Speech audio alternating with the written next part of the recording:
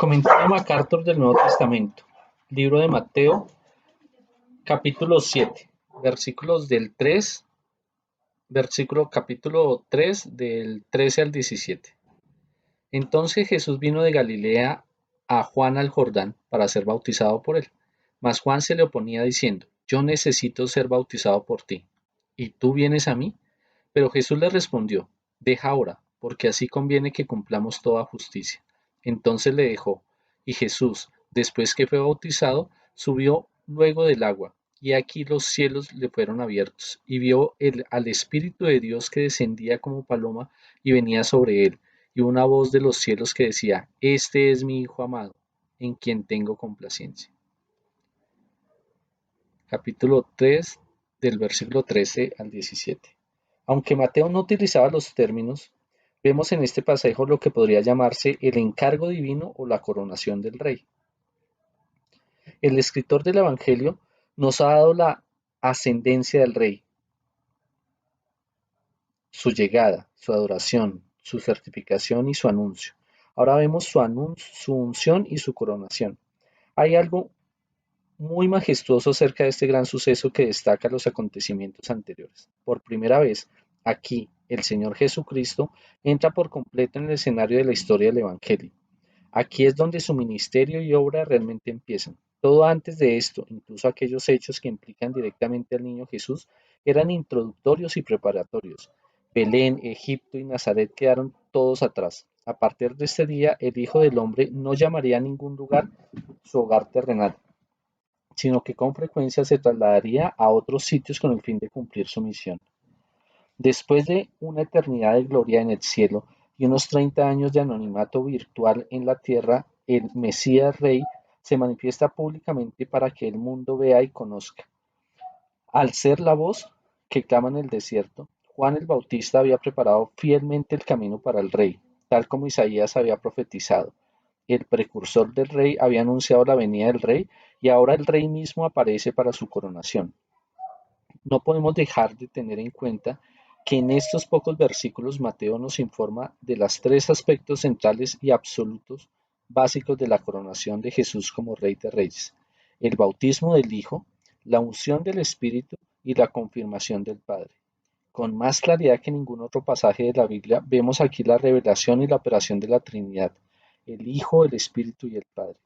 Debido a que Él no es un rey terrenal y a que el suyo no es un reino terrenal, ningún hombre lo coronó, solamente lo hizo Dios, mientras los hombres observaban. El bautismo del Hijo. Entonces Jesús vino de Galilea a Juan al Jordán para ser bautizado por él. Mas Juan se le oponía diciendo: Yo necesito ser bautizado por ti, ¿y tú vienes a mí? Pero Jesús le respondió: Deja ahora, porque así conviene que cumplamos toda justicia. Entonces le dejó. Del 13 al 15. Veremos primero algunos de los detalles del bautismo y luego su significado. No se nos dice con exactitud el tiempo al cual se refiere entonces, y Mateo no duda en usar el término simplemente para mostrar la secuencia general de los acontecimientos. Tampoco sabemos la duración exacta del ministerio de Juan, pero según Lucas, Juan comenzó a predicar en el año 15º del imperio de Tiberio César, siendo gobernador de Judea Poncio Pilatos y Herodes tetrarca de Galilea, y su hermano Felipe tetrarca de Iturea, de la provincia de Traconite, y Lisanías tetrarca de Abilinia, y siendo sumos sacerdotes Anas y Caifás. La mejor suposición es que ocurrió en el año 29 después de Cristo, unos cuantos meses, quizás cerca de un año antes del bautismo de Jesús. Juan también siguió predicando por un tiempo después, lo que hizo que su ministerio estuviera concluyendo cuando el de Jesús comenzaba. Sabemos que Juan era como 6 meses mayor que Jesús y que Jesús comenzó su ministerio cuando era como de 30 años. Si Juan empezó a predicar a la misma edad, habría estado ministrando por cerca de 6 meses cuando Jesús acudió a él para bautizarse. Pero no tenemos razón para creer que los dos comenzaron a ministrar a la misma edad. Y aunque sabemos cuántos años tenía Jesús cuando comenzó, no se nos da razón de por qué empezó a esa edad. Algunos estudiosos sugieren que 30 años era la edad generalmente aceptada para que los dirigentes religiosos judíos comenzaran su ministerio. Según Números 4:30, los sacerdotes entraban al sacerdocio a esa edad. Pero esa provisión era temporal, porque poco tiempo después de la edad fue bajada a 25, como está en Números 8:24, y después a 20, como está en Primera de Crónicas 23:24, edad que continuó a través del reinado de Ezequías e incluso a través del cautiverio. De modo que no tenemos una visión clara, sea bíblica o tradicional, en cuanto a por qué Juan o Jesús comenzaron a ministrar cuando lo hicieron. Por el pasaje paralelo en Lucas sabemos que cuando Jesús vino de Galilea a Juan al Jordán, no llegó para una ceremonia privada. Aconteció que cuando todo el pueblo se bautizaba, también Jesús fue bautizado. El Señor no tuvo una unción privada y secreta como ocurrió primero con David. Vino viene de la palabra griega paraginomai, que como vimos en la relación de los magos, y Juan el Bautista se usaba a menudo para indicar una llegada oficial o aparición pública. Por Marcos 1:9 nos enteramos que Jesús no solo vino de Galilea, sino específicamente de Nazaret, cuando fue a ver a Juan. Todos los relatos del Evangelio clarifican que Jesús llegó solo, no lo acompañaban familiares ni amigos y todavía no había llamado a sus discípulos. No sabemos exactamente en qué parte del río Jordán cuando estaba Juan cuando bautizaba, aunque parece probable que fuera hacia el extremo sur y por tanto cerca de Jericó y el Mar Muerto. El apóstol Juan nos dice que era cerca de Betabará, el otro lado del Jordán, como está en Juan 1:28, pero la ubicación exacta de esa población se desconoce. Por el saludo de Juan a Jesús sabemos que lo reconoció al instante, pero no tenemos idea cuán bien se conocían en ese momento. Ellos eran primos, y antes de sus nacimientos María permaneció con Elizabeth por 3 meses en la región montañosa de Judá, donde las dos mujeres compartieron entre sí sus maravillosas bendiciones. Antes del nacimiento de Jesús, Elizabeth supo que el hijo de María iba a ser el Cristo, porque se dirigió a María como la madre de mi Señor, como está en Lucas 1:43. Sin duda, Elizabeth había hablado a menudo de esta maravillosa noticia con su hijo Juan, aquel de quien el ángel le había dicho al esposo de Elizabeth que iría delante de él con espíritu y el poder de Elías. Ambos niños crecieron física y espiritualmente, pero lo hicieron por separado, Jesús en Nazaret y Juan en el desierto. Por tanto, es posible que hubieran tenido poca o ninguna relación continua y directa entre sí. Jesús vino a Juan expresamente para ser bautizado por él, según lo indica el infinitivo aoristo pasivo, que resalta propósito, pero la idea de que Jesús fuera bautizado por Juan era impensable para éste, que no solo conocía la identidad humana de Jesús, sino también su identidad divina. El apóstol Juan nos dice que Juan el Bautista vio a Jesús, que él venía a él y dijo, he aquí el Cordero de Dios, como está en Juan 1:29. Juan sabía que este era el propio Mesías ungido de Dios, que venía a cumplir el propósito redentor de Dios. La primera reacción del Bautista a la petición de Jesús de que lo bautizara fue, yo necesito ser bautizado por ti. No es difícil entender la preocupación de Juan. Su bautismo era para confesión de pecado y arrepentimiento, de lo cual él mismo había necesitado. Pero Jesús no tenía pecados que confesar ni de los cuales ser perdonado. El bautismo de Juan era para aquellos que se volvían de sus pecados y por tanto eran aptos para la llegada del gran rey. ¿Por qué entonces el mismo rey inmaculado quería ser bautizado? Un antiguo libro apócrifo llamado el Evangelio según los Hebreos sugiere que Jesús pidió ser bautizado porque su madre y sus hermanos querían que lo hicieran. Y aquí la madre del Señor y sus hermanos le dijeron, Juan el Bautista bautiza para la remisión de pecados, vamos para que seas bautizado por él. Pero Jesús les dijo, ¿qué pecado he cometido por el que deba ir y ser bautizado? Excepto quizás esto mismo que yo haya dicho en ignorancia. El escritor de ese evangelio, Espurio, vio el problema, pero su solución fue puramente especulativa y es incongruente con el resto del Nuevo Testamento. Para otros, en los primeros siglos, la llegada de Jesús con el fin de ser bautizado no parece representar un problema absoluto. Los que estaban fuertemente influenciados por la filosofía gnóstica creían que hasta su bautismo Jesús era solo un hombre común y corriente, pecador como todo ser humano. En su bautismo se le concedió deidad por parte del divino, Logos, Verbo, el Cristo Espíritu. Su bautismo era, por tanto, necesario a fin de ser purificado y hacerlo apto para recibir el legado divino. Al igual que el resto de los puntos de vista gnósticos, esa idea no cuadra con la Biblia. Jesús nació hijo de Dios y fue llamado Emanuel, que traducido es Dios con nosotros, incluso antes de su nacimiento. Fue debido a que Juan el Bautista estaba totalmente consciente de la deidad y la condición libre de pecado de Jesús que se le oponía. El verbo griego está en tiempo imperfecto y sugiere un esfuerzo continuo por parte de Juan. Seguía tratando de oponérsele. El verbo también es un compuesto cuyo prefijo preposicional lo intensifica. Todos los pronombres en la declaración de Juan son enfáticos, lo cual ofrece evidencia del desconcierto que sentía. Yo necesito ser bautizado por ti, ¿y tú vienes a mí? No contradijo directamente a Jesús, como lo haría Pedro, pero pensó en algún modo que sin duda malinterpretó lo que Jesús pretendía, que posiblemente no quería decir lo que parecía estar diciendo. Juan se resistió a bautizar a Jesús exactamente por la razón opuesta a la que se resistió a bautizar a los fariseos y saduceos. Estos estaban en gran necesidad de arrepentimiento, pero no estaban dispuestos a solicitarlo y no daban evidencia de tenerlo. Por eso Juan se negó a bautizarlos llamándolos generación de víboras.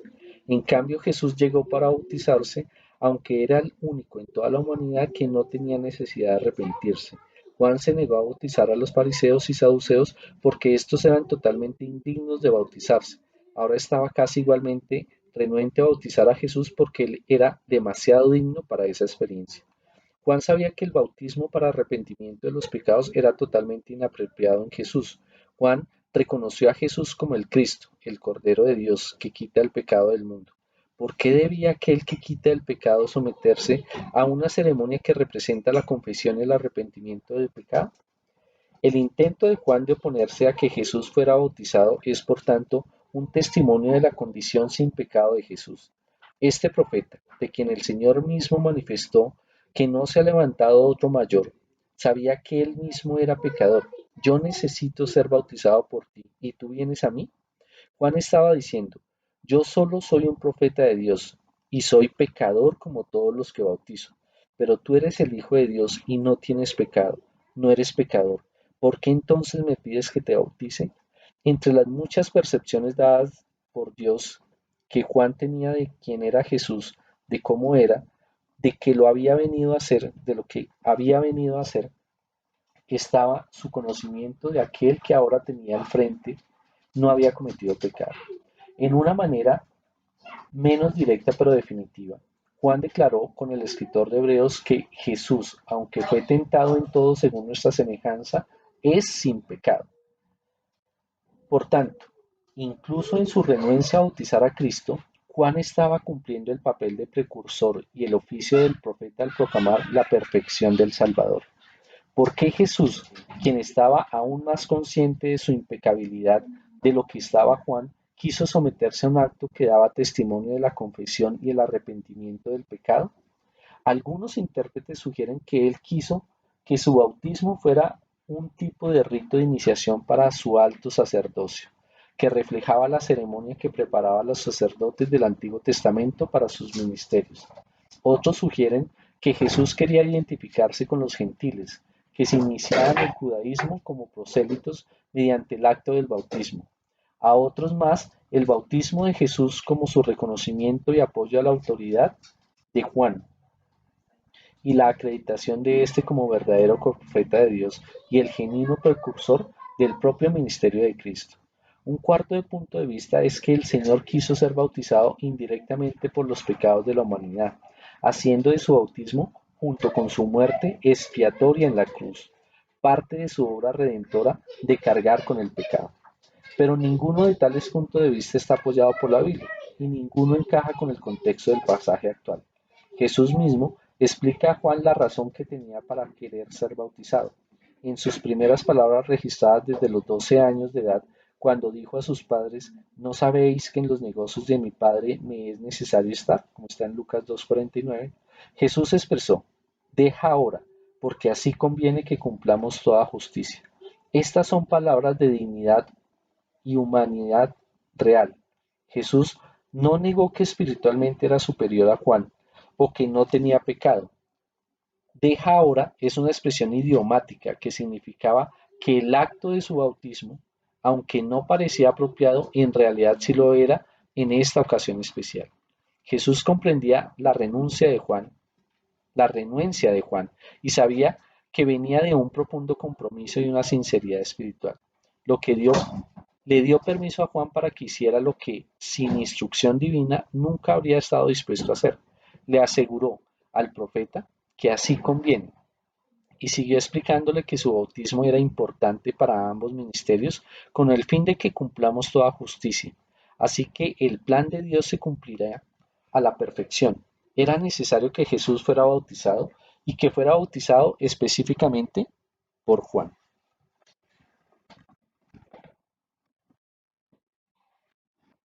Parece que una de las razones para que Jesús se sometiera al bautismo fue dar ejemplo de obediencia a sus seguidores, como el Rey de Reyes. Jesús reconoció que no tenía ninguna obligación de pagar impuestos a un gobierno humano. Cuando Pedro en una ocasión inquirió a ese respecto, Jesús contestó, ¿qué te parece, Simón? ¿Los reyes de la tierra, de quienes cobran los tributos o los impuestos, de sus hijos o de los extraños? Pedro le respondió, de los extraños. Jesús le dijo, luego los hijos están exentos. Sin embargo, para no ofenderles, dales una moneda por mí y por ti. Según clarifica la Biblia, en muchos lugares es apropiado y correcto que los creyentes, aunque son hijos de Dios, honren y paguen sus impuestos a los gobiernos humanos. En cada caso, Jesús ejemplificó la obediencia. En su bautismo reconoció que la norma de justicia de Juan era válida y con su acción afirmó como la voluntad de Dios a la que los hombres deben someterse. Jesús vino al mundo para identificarse con los hombres, e identificarse con los hombres es identificarse con el pecado. Él no podía comprar justicia para la humanidad si no se hubiese identificado con el pecado de la humanidad. Cientos de años antes de la venida de Cristo, Isaías había declarado que el Mesías fue contado con los pecadores, habiendo él llevado el pecado de muchos y orado por los transgresores, como está en Isaías 53:12. El bautismo de Jesús también representó la identificación voluntaria del Hijo Inmaculado de Dios con las personas pecadoras a las que quiso salvar. Esa fue la primera acción que su ministerio, el primer paso en el plan redentor que vino a cumplir. Quien no tenía pecado tomó su lugar entre aquellos que no tenían justicia. Aquel que fue sin pecado se sometió a un bautismo por los pecadores. Este acto, en este acto, el Salvador del mundo tomó su lugar entre los pecadores del mundo. El amigo sin pecado de pecadores fue enviado por el Padre en semejanza de carne de pecado a causa del pecado. Condenó al pecado en la carne, y al que no conoció pecado por nosotros se hizo pecado, para que nosotros fuéramos hechos justicia de Dios, como está en segunda de Corintios 5:21. No había otra manera de que cumpliéramos toda justicia. El bautismo de Jesús no solo fue un símbolo de su identidad con los pecadores, sino que también fue un símbolo de su muerte y resurrección, y por tanto, una anticipación del bautismo cristiano. Jesús solo hizo otras dos referencias al bautismo personal, y cada una relacionada con su muerte. Poco antes de su último viaje a Jerusalén, les dijo a sus discípulos, de un bautismo tengo que ser bautizado, y como me angustio hasta que se cumpla, como está en Lucas 12:50. En otra ocasión estaba respondiendo la petición de Santiago y Juan de que se les diera las posiciones principales en el reino celestial del Señor. No sabéis lo que pedís. ¿Podéis beber del vaso que yo veo o ser bautizados con el bautismo que yo soy bautizado? Como está en Marcos 10:38. La suprema identificación de Jesús con los pecadores fue cargar con su pecado, lo cual hizo en el Calvario. Aunque después de haber de habérsele dado tan breve explicación, es posible que Juan no comprendiera el significado total del bautismo de Jesús, pero aceptó la palabra del Señor y obedeció. Entonces el Señor dejó que Juan lo bautizara. La unción del Espíritu está en Mateo 3:16. Y Jesús, después que fue bautizado, subió luego del agua, y aquí los cielos le fueron abiertos, y vio al Espíritu de Dios que descendía como paloma y venía sobre él, como está en 3:16. El bautismo de Juan y el de los discípulos de Jesús durante su ministerio terrenal representó limpieza o lavamiento del pecado. El bautismo cristiano representa la identificación del creyente con la muerte y la resurrección de Cristo. En ambos casos, el significado del acto se pierde si no es hecho mediante inmersión. Rociar o derramar no cumple el simbolismo de limpieza o de morir y resucitar. La propia palabra griega, baptizo, significa literalmente sumergir un objeto en agua u otro líquido. No derramar el líquido sobre el objeto. Si todas las formas de esta palabra en la Biblia se hubieran traducido como sumergido, en lugar tan solo de solo ser transliteradas como bautizado, primero el latín y luego los idiomas modernos, nunca habría surgido la confusión que ahora vemos cuando la modalidad del bautismo. En relación a otros aspectos se traduce la misma palabra, como vemos en Lucas 16:24, donde el hombre rico en el Hades pide que Lázaro moje la punta de su dedo en agua y refresque mi lengua. Y y en Juan 13:26, donde Jesús, mojando también del bautizo el pan, lo dio a Judas Iscariote. Como puede determinarse por cualquier léxico griego, la palabra original nunca tuvo un significado distinto de sumergir o zambullir, y ningún otro término se usa para bautizar. Hasta la Edad Media, la Iglesia cristiana no conoció ninguna otra forma de bautismo que la inmersión, cuando la costumbre de rociar o derramar la introdujo la Iglesia Católica Romana, que a su vez siempre había bautizado antes por inmersión. El gran teólogo católico Tomás de Aquino declaró: en la inmersión se expresa con más claridad la explicación de la sepultura de Cristo, en la cual esta manera de bautizar es más recomendable. La Iglesia Católica no reconoció otros métodos hasta el Concilio de Ravenna, celebrado en Francia en 1311. Fue de la Iglesia Católica que las iglesias luterana y reformada heredaron la forma de rociar o derramar. La Iglesia de Inglaterra no comenzó la práctica de rociar hasta 1645. La Iglesia Ortodoxa Oriental nunca ha permitido ningún otro modo distinto de la inmersión. Que Jesús subió luego del agua indica que se había metido por completo en el agua.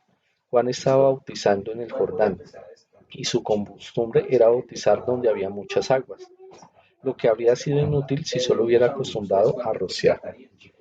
El momento en que Jesús salió del río, he aquí los cielos fueron abiertos. Cuando Ezequiel vio los cielos abiertos, tuvo una visión de Dios, observó cosas tales como los cuatro seres vivientes, el carro y las ruedas. Exactamente antes de morir, Esteban vio los cielos abiertos y al Hijo del Hombre que está a la diestra de Dios. Y el apóstol Juan tuvo varias visiones celestiales. La experiencia de Pablo, al ser arrebatado hasta el tercer cielo, fue tan maravillosa y sorprendente como indescriptible. Un comentarista sugiere: así como el velo del templo se rasgó en dos para simbolizar el acceso perfecto de todos los hombres a Dios, así los cielos aquí se abren en dos para mostrar lo cerca que Dios está de Jesús y que Jesús está de Dios. Cuando los cielos se abrieron delante de Juan el Bautista, éste vio al Espíritu de Dios que descendía como paloma y venía sobre él, tal como el Señor había prometido. La señal confirmadora fue la de una paloma, el único caso en que el Espíritu Santo fue alguna vez representado de esta forma. Para la mente judía de esa época, la paloma se asocia con sacrificio. Los ricos sacrificaban bueyes y los de clase media sacrificaban corderos, pero la mayoría del pueblo era pobre y solo podía ofrecer una paloma.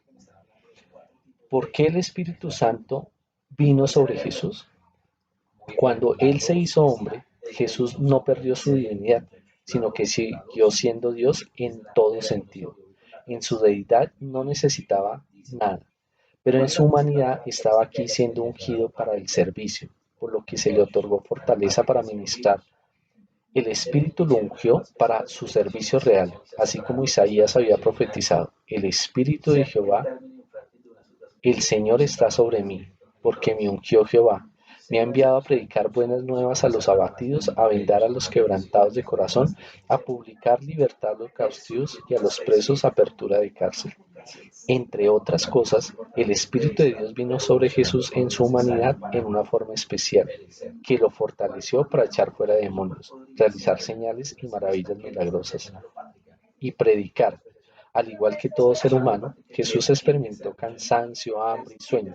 Su condición humana debía fortalecerse y esa fortaleza necesaria le fue dada por el Espíritu Santo. La unción de Jesús con el Espíritu Santo fue única. Le fue dada para concederle el poder en su humanidad, pero también se le concedió como señal visible y confirmadora para Juan el Bautista y para todos los demás que observaban. Jesús era realmente el Mesías, el gran rey, cuya venida el Señor había pedido que Juan anunciara y también que preparara a los hombres para ello. La confirmación del Padre. Y hubo una voz de los cielos que decía, este es mi Hijo amado, en quien tengo complacencia, como está en Mateo 3:17. Toda la Trinidad participó en el bautismo de Jesús. El Hijo había confirmado su propia realeza al decir, conviene que cumplamos toda justicia. Y el Espíritu había confirmado su derecho mesiánico al reposar sobre Jesús. El último aspecto de la coronación o entrega de la misión fue el mensaje confirmador del Padre. Para que un sacrificio fuera aceptable a Dios debía ser puro, sin mancha y sin defecto. De aquel que voluntariamente se identificó con los pecadores por medio de su bautismo y que fue sellado por el Espíritu Santo con la paloma del sacrificio, y el Padre ahora dijo, este es mi Hijo amado en quien tengo complacencia. Ningún sacrificio del Antiguo Testamento, por mucho cuidado que se hubiera tenido en seleccionarlo, había sido verdaderamente agradable a Dios. No era posible encontrar un animal que no tuviera algún defecto, alguna imperfección. No solo eso, sino que la sangre de esos animales a lo sumo era simbólica, porque la sangre de los toros y de los machos cabríos no puede quitar pecados, como está en Hechos 10:4. Sin embargo, el sacrificio que Jesús haría en la cruz sería con la sangre preciosa de Cristo, como de un cordero sin mancha y sin contaminación, como está en 1 de Pedro 1:19. Por eso Dios pudo decir que tenía complacencia con la perfección de Jesucristo, donde Dios repite este elogio superlativo. Amado, del griego agapetos, connota una relación profunda y rica. Se usa aquí para el amor del Padre por su Hijo, pero también se usa en otra parte por su amor hacia los creyentes, como está en Romanos 1:7, y para como debería ser el amor entre los creyentes, como está en 1 Corintios 4:14. Jesús es el amado del Padre, por sobre todos aquellos que Él ama, el amado, aparte de quien ningún otro alguna vez podría ser amado. Solo en su Hijo, el Padre, podría tener plena complacencia. Dios había examinado, por así decirlo, a su Hijo amado, quien padecería como un sacrificio por los pecados de aquellos con quienes estuvo dispuesto a identificarse. Ninguna imperfección pudo hallarse en él y Dios quedó satisfecho. Como creyentes, nosotros también tenemos una satisfacción para el Padre, porque ahora estamos en el Hijo. Debido a que el Padre no encuentra imperfección en su Hijo, ahora por su gracia no encuentra imperfección en aquellos que confían en Él. La realidad de que Jesucristo es el Hijo de Dios es central para el Evangelio. En ningún pasaje este hecho se clarifica más que en Hebreos. Dios, habiendo hablado muchas veces y de muchas maneras en otro tiempo a los padres de los profetas, en estos postreros días nos ha hablado por el Hijo, a quien constituyó heredero de todo, y por quien asimismo hizo el universo, el cual, siendo el resplandor de su gloria y a la imagen misma de su sustancia, y quien sustenta todas las cosas por la palabra de su poder, habiendo efectuado la purificación de nuestros pecados por medio de sí mismo, se sentó a la diestra de la majestad en las alturas, hecho tanto superior a los ángeles cuando heredó más excelente nombre que ellos. ¿Por qué? ¿A cuál de los ángeles dijo Dios jamás, mi hijo eres tú? Yo te he engendrado hoy y otra vez yo seré a él padre y él será mi hijo. Y otra vez, cuando introduce al primogénito en el mundo dice, adórenle todos los ángeles de Dios. Ciertamente, de los ángeles dice, el que hace a sus ángeles espíritus y a sus ministros llama de fuego, mas el Hijo dice, tu trono, oh Dios, por el siglo del siglo, cetro de equidad es el cetro de tu reino, como está en Hebreos 1, del 1 al 8. Jesucristo es la expresión más completa de Dios, superior y exaltado por sobre todos y todos los demás. Es el principio de todas las cosas, el creador, el centro de todo, el sustentador y purificador, y el fin de todas las cosas, el heredero. El Hijo es la manifestación de Dios, el resplandor de la gloria personal de Dios, la imagen de Dios. En él habita la deidad. A causa de su deidad, él es superior a los ángeles que lo adoran. Incluso el título de Dios como Padre es una referencia a su relación esencial con Jesucristo. Dios se presenta en el Nuevo Testamento más como el Padre del Señor Jesucristo que como el Padre de los creyentes. Cuando Jesús llamó Padre a Dios, no estaba resaltando principalmente su misión o generación, sino igualdad de esencia, es decir, deidad. Juan 5:23 lo resume al demandar que todos honren al Hijo como honran al Padre. Nadie más puede adorar a Dios a menos que lo adoren como el Dios que es uno con el Rey Jesús, el Dios Padre, el Dios y Padre de nuestro Señor Jesucristo.